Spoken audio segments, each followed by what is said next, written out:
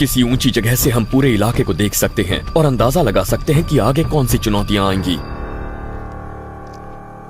आप वो जगह देख रहे हैं, वो सियरा रिका पहाड़ हैं और उनके पास ही है रियो ग्रांडे, जो अलग करता है मेक्सिको और अमेरिका को।